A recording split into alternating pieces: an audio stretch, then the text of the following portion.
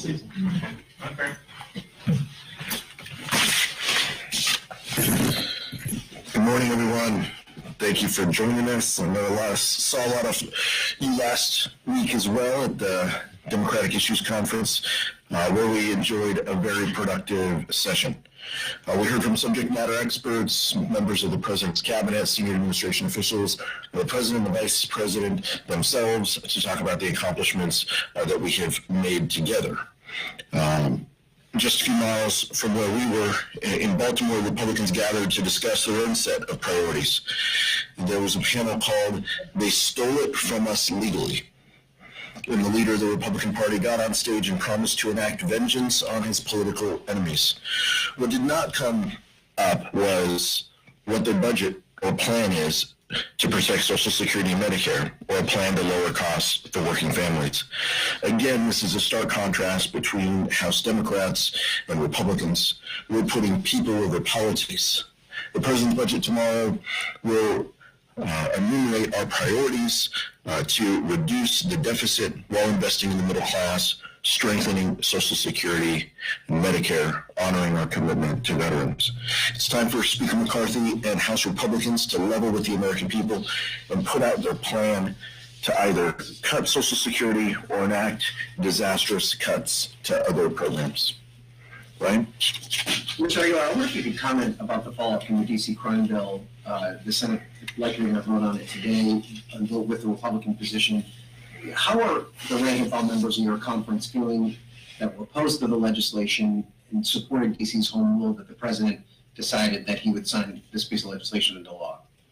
Well, many of us supported, many of us have taken the position that home rule is important.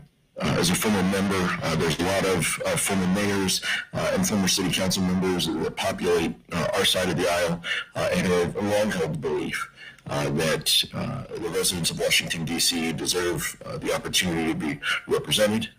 We support Washington, D.C. being a state, but from a home rule perspective, we want to respect their rights. So, we made that vote with that in mind. I think that the communication could have been better. From down the street at Pennsylvania, I've said that I was disappointed. That holds true.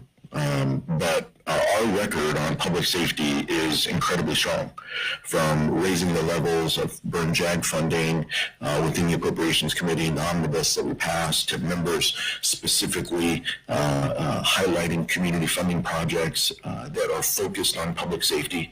Keeping our community safe isn't just our slogan. It isn't gotcha politics. It is who we are. Lowering costs, better paying jobs, improving the safety of our communities.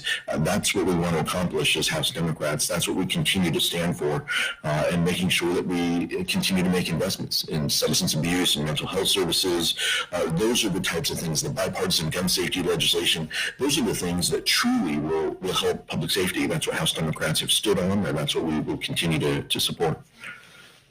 Budget tomorrow, Republicans are signaling that this could be a long and potentially divisive path. Do you think Republicans and President Biden could work in good faith together to solve this issue? We look forward to working with rational Republicans to govern. As soon as we find enough of them on the other side of the aisle, we will do that. But first, it starts by we need to see their plan. President Biden is exercising leadership tomorrow by putting together a plan that protects Social Security and Medicare, lowers our deficit, creates jobs, helps our economy. What's the Republican plan?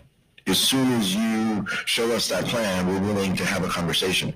But we can't have a conversation if we put a plan on the table and they continue to speak in platitudes and speak to the most extreme members of their caucus by talking about cutting over $100 billion of the budget. As soon as Republicans put together a plan, we'll be happy to engage in a conversation about the future of our country and our values. Congressman Aguilar, Basil Drummond, Net Star. There's talk among some Republicans, specifically in the Senate, about designating the cartels as a terrorist organization. And Senator Lindsey Graham is supposed to be speaking on it later today, and also Senator Joe Manchin had also made some note about it. Do House Democrats have a position as to whether they think it's time to label the cartel as a terrorist organization, or is there more to it that needs to be looked into? Well, look, I think I would want to consult with Department of Homeland Security, Chairman Benny Thompson as well for the future of these discussions, but there's no doubt that what the cartel is seeking to do on the southern border is disastrous. It's harmful. It puts people's lives in jeopardy from a human trafficking perspective, from trafficking in drugs perspective. What they are doing jeopardizes the safety and security of the country, and that's why you've seen such a robust presence from our law enforcement agencies who work in that region. They have been working with their counterparts south of the border. Every day they do that. Working in close coordination is what they do, and I point to the El Chapo and the continuing intelligence sharing and bringing people to justice. That's not going to stop no matter what a designation yields. Nick? Yeah, I mean, are you satisfied with the answers that you got from Secretary Mayorkas yesterday after the Hispanic Caucus asked about any potentially other issues with DHS? You know, I'm comfortable that we have good coordination and consultation with Secretary Mayorkas. At its core, just kind of stepping back, the president ran on, he geared his campaign, and he ran on the principle that separating families was wrong and cruel, and that family detention was wrong. And it was the wrong policy then. It is the wrong policy now. We believe that the president still holds that position. We appreciate the lines of communication that are open with Secretary Mayorkas. We look forward to working with him to develop continued solutions to what is happening at the border. We do not want to see a crisis in any way. We want to make sure that there is law and order. We want to make sure that there is decency in how we treat migrants who are fleeing oppressive regimes and violent circumstances. There needs to be a process, and that's what the Congressional Hispanic Caucus has continually advocated for. We look forward to working with Secretary Mayorkas to effectuate policy that meets those objectives. A bill is expected to come to the floor on Friday after it unanimously passed the Senate last week on declassifying the origins of coronavirus. I'm curious now that Ranking Member Himes indicated in the Rules Committee yesterday that he will support that measure and he is supportive of declassifying some of that intel on COVID origins. What's your position specifically on that bill that's coming to the floor on Friday? My position is exactly the same as I shared last week, that I think was incorrectly mentioned in your reporting. And that position is that, broadly speaking, declassification is held to the executive, and we work with them to have those discussions. And where there is a legislative intent and where there are legislative policies, we will work with our ranking members. That is exactly what I said to the same answer, to the same question that you gave last week. I said we would work with ranking member Himes to formulate the position. We have a position. Ranking member Himes has said he is supportive of it. I would expect many Democrats, if not all, would support this position in the declassification. It's exactly what I said before. There's no daylight in ranking member Himes or Democratic leadership, and I think what you wrote and reported earlier was incorrect, and it's unfortunate. Go ahead. Education and Workforce Committee is having their first markup today on a bill that would, if passed, amount to a federal transports ban. The Equality Caucus just had a press conference opposing it right before this. I was curious if the caucus had a position, if you have a position on the bill, and what are your thoughts that this is their first, this is how they're spending their first markup on this issue? You know, and I think I appreciate the question. Broadly speaking, too, and I hate mentioning the CPAP conference, but this is a core group of our colleagues on the other side of the aisle who cater to CPAC, who go there. This is who they are, and I would remind you that, you know, one of the speakers at CPAC said transgenderism must be eliminated. As a parent, I want every child to be able to grow up in a safe, environment. I want every kid to grow up with the freedoms to reach their full potential. That's what we should all want, is parents and members of the community. And it's unfortunate that House Republicans continue to spew this and to support this. And while it isn't the topic of their hearing, they are clearly speaking to the same audience. It is tragic and unfortunate, and House Democrats and I will continue to do everything we can to make sure every child lives up to their full potential, no matter who they are, how they identify, or who they love. Thank you. You mentioned that you were disappointed with the White House not communicating better on the DC crime resolution. There's also some consternation yesterday about the report on the family migrant detention not being given a heads up to House Democrats. Sure, you should hear to the White House and the Hill. They're not communicating better. Why does this keep happening, you think? No, I appreciate the desire to want to chip away at what has been a very unified relationship with the White House. I think that there can always, just like in any office, in any household, there can always be better communication. That is our message. We look forward to working with our colleagues. These have been amazing. We've had an amazing run of 2 years of legislative achievements working with the White House hand in glove.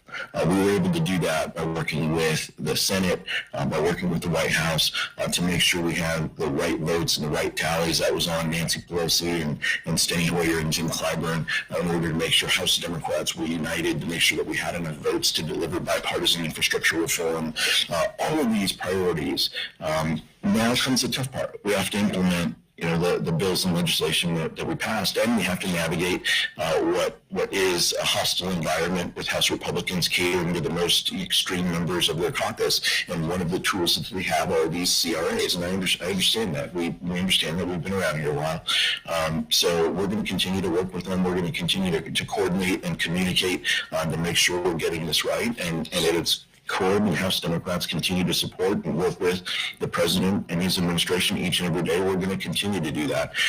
Where there are times where we need to have offline conversations to work to ensure that the communication is better, we're going to do that. Having honest conversations is exactly what we do with our friends and allies. Last question.